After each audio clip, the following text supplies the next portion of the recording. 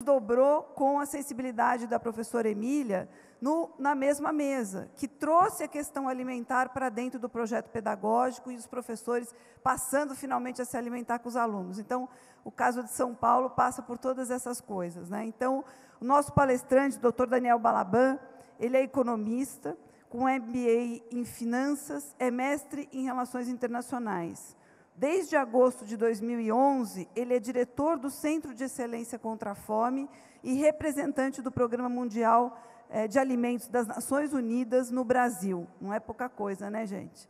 E foi presidente do Fundo Nacional de Desenvolvimento da Educação. Então, é uma grande honra, um grande privilégio para nós poder contar nesse seminário, abrir o seminário com a sua palestra, que tem como tema Como fazer educação além do prato no mundo globalizado, o exemplo da cidade de São Paulo. Muito obrigada pela sua presença.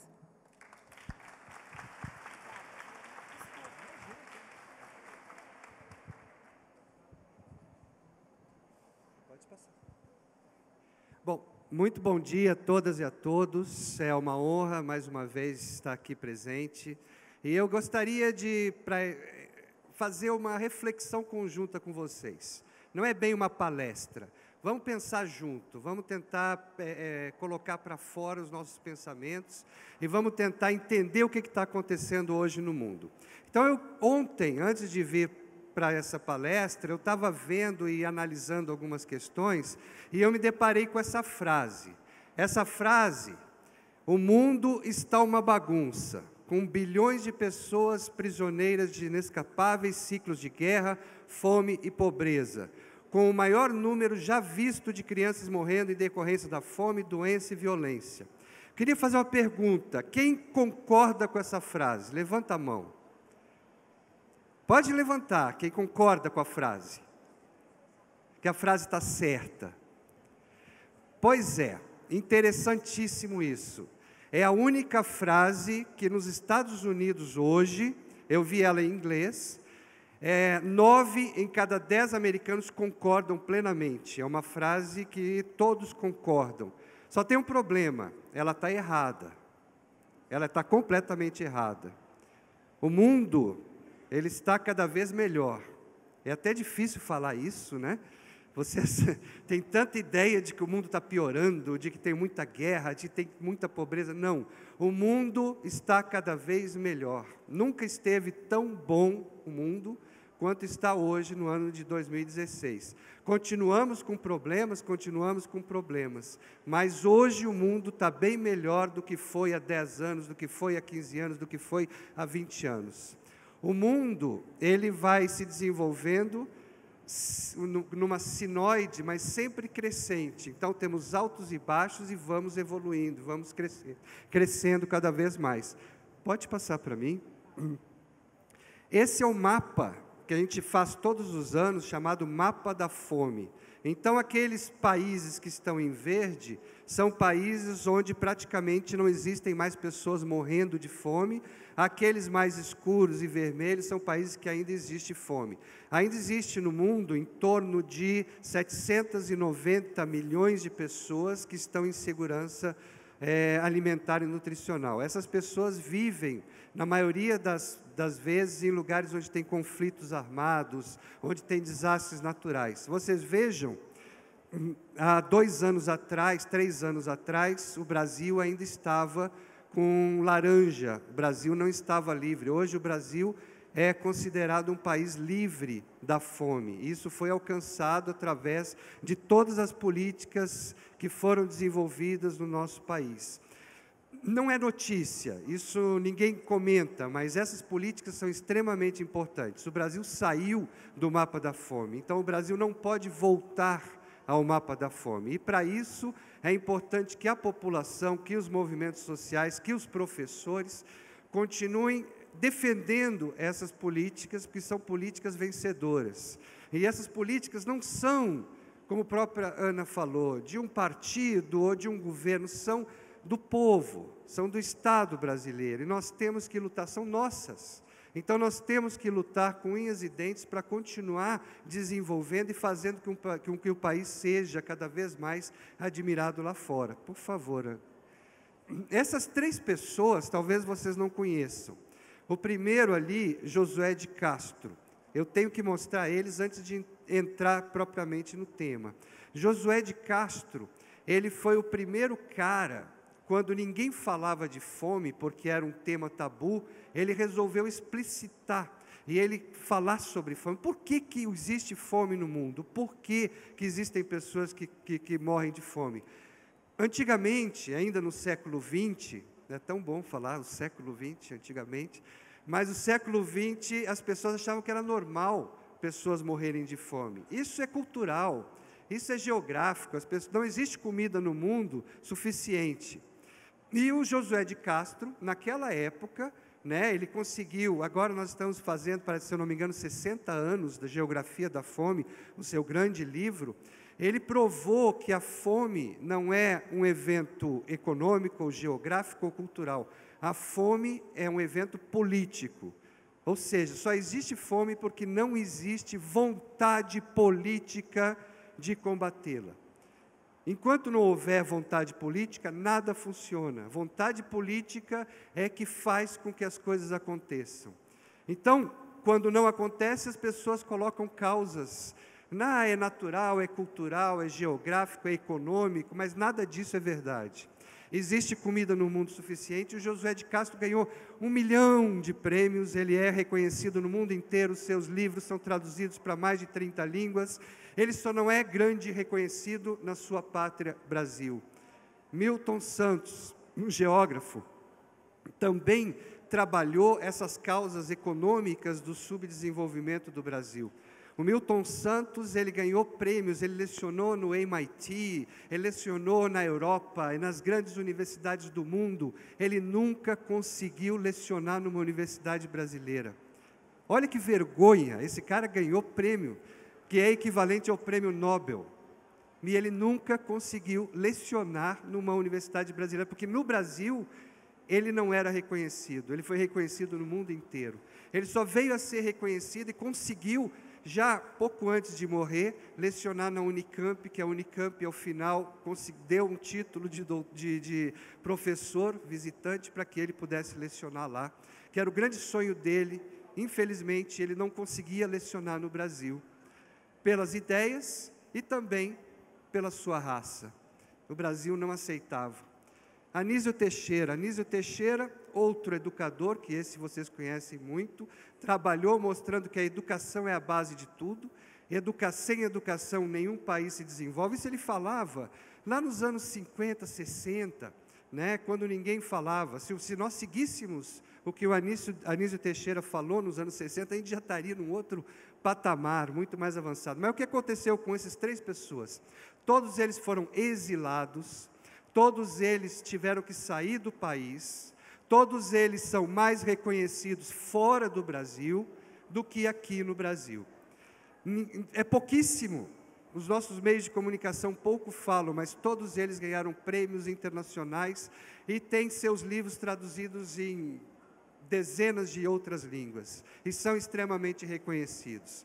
E isso é triste, ver que o nosso país não reconhece os seus heróis, as pessoas que fizeram ideias que são utilizadas em outros países e no Brasil não são utilizadas as ideias desses 3 senhores, que foram, para mim, são os grandes heróis da educação brasileira e que não são tão reconhecidos. Pode passar. Vocês, quando colocaram o Seminário Educação Além do Prato, antes,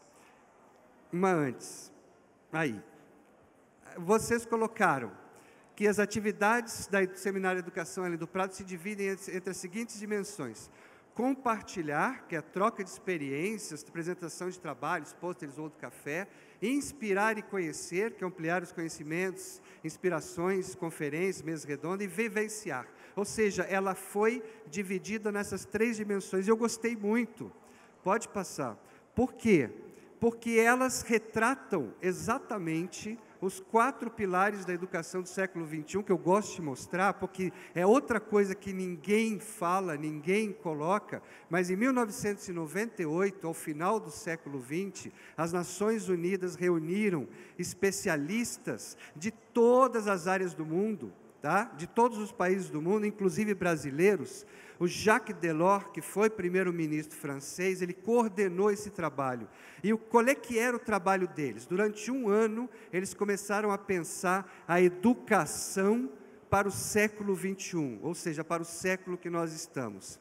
E eles, depois de muito trabalho, com todos os especialistas, eles disseram: a educação tem que se balizar em 4 pilares. Ou seja, o que é mais importante hoje nós aprendermos? O que é mais importante nós ensinarmos para os nossos alunos, para que eles entendam, para que eles possam serem os seres humanos do futuro? Então, primeiro, aprender a conhecer. Então, é importante que a gente saiba fazer com que as pessoas conheçam as coisas que estão acontecendo. Aprender a ser. Olha que coisa importante. Nós nunca falamos sobre aprender a ser. Aprender a ser é tão importante do que todo o restante, porque muitas vezes você aprende conhecimentos, mas você não é uma pessoa que possa levar aqueles conhecimentos em termos de ética. Então, é importantíssimo que nós aprendamos a ser. O terceiro pilar, aprender a conviver. Nós somos seres que vivemos em sociedade. Se a gente não aprende a saber conviver com os nossos vizinhos, com os nossos colegas, é a famosa inteligência emocional. Muitas vezes nós não estamos num bom dia, mas não é porque eu não estou num bom dia que eu vou soltar a minha raiva em cima do meu colega, em cima das pessoas que eu convivo. Então a gente tem que saber conviver, a gente tem que saber trabalhar, a gente tem que saber respeitar as pessoas. E o terceiro importante é aprender a fazer.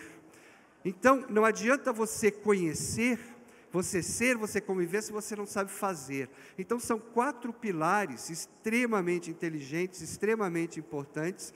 O relatório Delors, ele tem só 30 páginas, ele está traduzido para o português. Eu diria para quem quiser, só buscar na internet e ler como ele é importante, como ele realmente é a base para o ensino do século XXI. Pode passar. A missão da educação, segundo o relatório Delors, transmitir conhecimento sobre a diversidade da espécie humana e levar as pessoas a tomar consciência das semelhanças e da interdependência entre todos os seres humanos do planeta. Parece ser uma coisa básica, mas nós estamos cada vez mais num planeta individualizado. O que importa para as pessoas é o eu sou eu. O resto não importa. Importa eu ser feliz, importa eu conseguir, importa eu ganhar. As pessoas usam a primeira pessoa do singular o tempo inteiro. Ninguém fala nós, ninguém se importa com o que o outro está sentindo. Às vezes escuta, entra por um ouvido e sai pelo outro. Ah, melhor ele do que eu, né? Se ele está passando por uma dificuldade. Nós esquecemos que nós vivemos em comunidade, que nós vivemos em sociedade, que nós somos interdependentes. Ninguém, absolutamente ninguém, consegue ser feliz sozinho. A gente não aprendeu isso. Estamos no ano 2016, mas não conseguimos ser, ninguém é feliz sozinho. Aquelas pessoas que demonstram felicidade no Facebook, na internet, é balela, é mentira, não acreditem naquilo. É uma necessidade de ser reconhecido, por isso sorrisos, por isso felicidade, tirando foto do prato que está comendo. Olha que coisa mais brega, mas nós fazemos isso. Tirar foto do prato. Olha onde eu estou, olha o carro que eu estou dirigindo, olha o celular que eu tenho, olha a roupa que eu uso. Nós somos marionetes de uma sociedade de consumo e nós não nos damos conta disso. Nós fazemos e reagimos como se nós fôssemos robôs. Nós seguimos ordens de todos os meios de comunicação que atacam a gente de manhã até a noite, com informações que eles têm vontade de passar, e nós acreditamos naquilo piamente, e nós seguimos aquelas ordens. O importante é ter essa roupa, é andar com esse carro, é falar com esse celular, é fazer isso, é fazer aquilo outro. Todos os jogadores de futebol usam o mesmo corte de cabelo. Quando um começa, e é tudo seguido, todos seguem como se fosse um gado, vai um na frente, os outros todos vão atrás, e ninguém se dá conta, todo mundo acha que está tendo estilo próprio, não está, Tudo que a gente faz é mandado e é definido por outras pessoas. Por favor. Falando de alimentação escolar, a gente está falando de educação e falando da alimentação escolar. É algo que seria importante que você soubesse. Praticamente hoje, todos os países do mundo têm algum tipo de programa de alimentação escolar. Não era assim no passado. Achavam que isso era dever dos pais. A ideologia mais liberal diria que você está acostumando os pais a não lutarem por colocarem comida no prato, dando comida na escola. Essa é a ideologia liberal contrária à alimentação escolar. Ao longo dos anos, foi se mostrando que essa ideologia estava errada. As pessoas e as crianças terem alimentação na escola não é apenas para que elas comam alguma coisa, mas a alimentação ela também serve como conhecimento, como uma definição de nutrição. Hoje, vários países do mundo estão ensinando através da alimentação.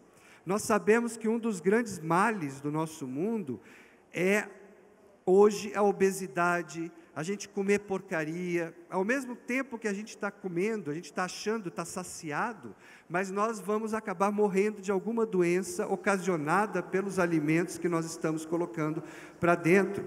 Coca-Cola é um veneno, nunca se falou isso, mas a Coca-Cola é puro açúcar, mais uma groselha, um xarope, e aquilo ali faz com que você, inclusive, se vicie.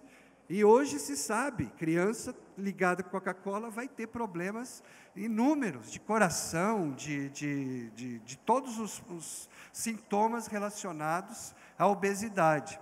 Então, hoje os países do mundo estão oferecendo alimentação escolar. Aproximadamente 330 milhões de crianças, elas são alimentadas nas salas de aula. Por incrível que pareça, os países que não oferecem alimentação escolar são muitos países desenvolvidos, que têm dinheiro, mas eles têm essa filosofia liberal, achando que não deve dar comida na escola, que comida é um dever do pai e que não é a escola que tem que dar comida. Então, eles seguem ainda, só que hoje existem movimentos para que esses países tenham programas de alimentação escolar. Nós, do Centro de Excelência das Nações Unidas, nós estamos ajudando esses países a montarem programas de alimentação escolar, porque a sociedade está exigindo porque é na escola que aprendem a ter os alimentos mais saudáveis, mais nutritivos do que em casa. Hoje, os nossos alunos recebem alimentos mais saudáveis nas escolas públicas do que aqueles que estudam em escolas privadas. Isso já foram feitos estudos acadêmicos mostrando isso. Tudo por conta dos parâmetros dos programas de alimentação escolar. Aqui mesmo na cidade de São Paulo, a alimentação escolar no município de São Paulo é melhor do que nas escolas privadas, porque nas escolas privadas não existe um interesse pela nutrição, existe um interesse pelo que é mais gostoso. Então comem o hambúrguer, tomam a Coca-Cola, comem salgadinho, aqueles chips, e acham que isso é nutrição, e não é. Por favor, pode passar. O Centro de Excelência que foi criado, que eu acho que é importante que vocês saibam, o que é esse Centro de Excelência? As Nações Unidas, através do Programa Mundial de Alimentos, que é o maior programa das Nações Unidas, é aquela agência onde nós temos guerras, onde nós temos problemas climáticos, furacões. Vocês veem que os helicópteros chegam com comida, os refugiados, tem as barracas. É aquela agência que faz com que isso aconteça. É o Programa Mundial de Alimentos que faz com que os alimentos cheguem na Síria, cheguem no Iraque, onde existem conflitos armados terríveis, e conseguem chegar às comunidades de refugiados que estão lá. Hoje existem no mundo muitos refugiados, pessoas que estão sendo expulsas por conta das guerras, por conta dos conflitos. O governo do Brasil se juntou com o PMA para criar o Centro de Excelência, para ajudar outros países do mundo com base na experiência brasileira. Eu vou falar uma coisa que talvez choque vocês, mas o programa de alimentação escolar no mundo, que é reconhecido como o melhor, chama-se Programa Nacional de Alimentação Escolar Brasileiro. Isso nunca vai sair numa revista Isso nunca vai sair num jornal. Mas as Nações Unidas já deram prêmios e colocam o Programa de Alimentação Escolar Brasileiro como um parâmetro a ser seguido por os demais países do mundo. Aí vocês dizem, mas como? Nós temos um monte de problemas, nós temos um monte de situações. Temos. Só que o Programa de Alimentação Escolar Brasileiro, ele atende todos os alunos de todas as escolas públicas do país, são 160 mil, e são hoje 45 milhões de estudantes da creche até o final do ensino médio que recebem alimentos nas escolas. Então, é uma logística extremamente interessante. Cada município, ele administra conforme a resolução do FNDE, mas cada município... Então, tem municípios que fazem melhor, tem municípios que fazem pior, mas todos recebem, todos têm que prestar contas, todos têm conselhos de alimentação escolar para que a população possa brigar, possa reclamar. Nós, às vezes, pensamos, não, mas eu vi no Jornal Nacional que lá na escola tal não está funcionando. Exatamente. Existem 160 mil escolas no país. O Jornal Nacional pegou uma, pegou duas, e fez aquilo como se fosse o parâmetro. Não é. Nas outras, 159.999 estão funcionando. Então, esse programa foi uma conquista do povo brasileiro. Ele vem num crescente. Ele tem que ser comprado também da agricultura familiar, pelo menos 30% dos recursos repassados. Isso fez com que salvassem muitos agricultores familiares, que são as pessoas que estão no campo, que querem ficar no campo, não querem vir para a cidade. Ninguém vem para a cidade de São Paulo porque quer. Eles vêm aqui em busca de socorro, em busca de uma nova vida. Ninguém quer morar aqui porque, eu adoro São Paulo, vim para cá. Não, ele vem em busca de um futuro aqui. Por isso que São Paulo inchou, por isso que São Paulo acabou tendo tantos habitantes como tem hoje. São pessoas que estão fugindo, são na realidade refugiados de suas regiões, que foram expulsos pela fome, expulsos pela falta de condição nas suas regiões. E assim acontece com o Rio de Janeiro, assim acontece com Belo Horizonte, assim acontece com Brasília. E nós não queremos isso, porque essas pessoas que moram nas regiões centrais do nosso país, eles querem ficar lá. Pergunte a algum agricultor familiar se ele quer sair da sua terra. Ele não quer, ele quer ficar lá, ele quer produzir, ele quer ter esperança, só que ele quer educar seus filhos. Então, hoje, com esse programa, faz com que eles tenham a esperança de poder produzir e vender uma parte para o Estado e outra parte para o mercado. O programa de alimentação escolar conseguiu salvar da miséria muitas e muitas e muitas famílias de pequenos agricultores familiares. E isso é reconhecido pelas Nações Unidas. Eu não estou falando da boca para fora. Eu estou falando através de estudos que foram realizados. Existem inúmeros estudos científicos comprovando isso e mostrando em números que isso aconteceu. Por isso, vários países do mundo vêm ao Brasil para conhecer o programa de alimentação escolar. Como a Ana Estela falou, a Índia veio aqui recentemente para conhecer como funciona o programa aqui de São Paulo para levar para a Índia. A Índia tem 1 bilhão e 200 milhões de habitantes. 6 vezes mais do que nós temos. Então, vocês imaginam o problema que é na Índia para conseguir alimentar pelo menos metade de crianças, são 600 milhões de estudantes que eles têm. Né? Se nós temos 45 milhões, eles têm 600 milhões. Então, lá o problema é muito maior, mas eles estão focados na solução, politicamente querem resolver e estão pedindo ao Brasil que apoie eles tecnicamente para criarem esse programa. Veja que honra. O Brasil hoje, ele serve de referência para países, inclusive Estados Unidos. Recebemos comitivas dos Estados Unidos, querendo ver como funciona a resolução brasileira que proíbe refrigerantes, proíbe os salsichas e gorduras e sal aqui para que eles implantem nos Estados Unidos. Então, veja que está fazendo nós estamos conseguindo exportar conhecimento para esses países do mundo. E hoje, o Centro de Excelência trabalha com mais de 40 países, sejam da África, sejam da Ásia, sejam países desenvolvidos também. Pode passar para mim? Cadê o... É importantíssimo que vocês entendam que as Nações Unidas, hoje tem esses 17 objetivos de desenvolvimento sustentável. O que significa isso? Vários países, aliás, todos os países do mundo se reuniram durante 2 anos, com especialistas, pensando como fazer para que o mundo, no ano de 2030, consiga atingir esses 17 objetivos. Um dos objetivos é finalmente acabar com a fome, não exista mais fome no mundo. Isso é factível, isso é atingível, porque esses objetivos, todos eles, têm ações concretas, têm metas definidas, e para todos os países do mundo, tem metas de desenvolvimento sustentável, metas de pesca, de cuidar de oceanos, de cuidar de rios. São 17 objetivos com 169 metas.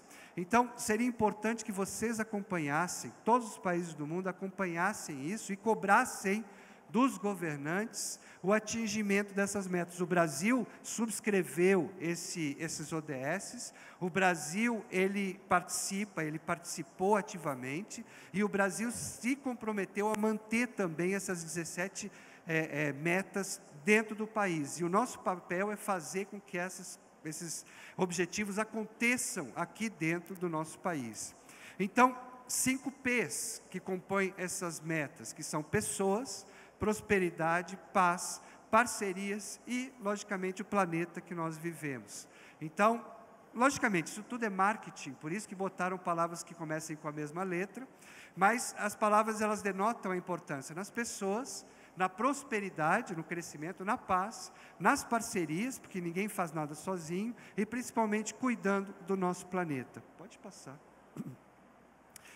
Eu vou encerrar isso dizendo o seguinte, uma frase do Albert Einstein, que eu gosto muito, um dos maiores gênios do século XX, que além de ser um cientista, além de ter descoberto várias teorias, física quântica, que está se comprovando hoje, que é o futuro, a gente devia de estudar mais física quântica para entender um pouco da espiritualidade, porque a física quântica explica a nossa espiritualidade, a força do nosso pensamento, que ele tem reflexo em cima das coisas, e isso está sendo explicado hoje cientificamente, a força do pensamento.